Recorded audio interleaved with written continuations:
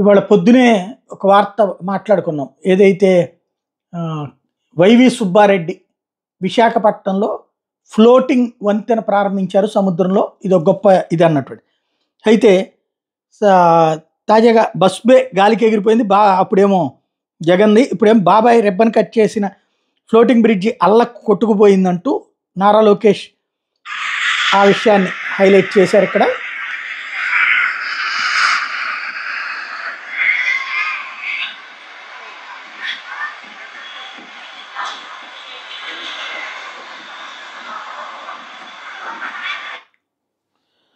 టోటల్గా ఇది ఒక కీలకమైనటువంటిది అనమాట.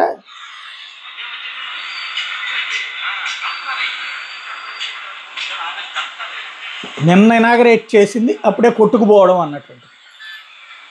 మరి ప్లానింగ్ ఉందా లేదా, అసలు ఏం జరుగుతోంది అన్నటువంటిది వైఎస్ఆర్ కాంగ్రెస్ పార్టీ ఆత్మసమీక్ష చేసుకోవాల్సినటువంటి అంశం అని చెప్పడంలో అతిశయోక్తి లేదు. అందుకనే లోకేష్ వెంటనే రైజ్ చేశారు.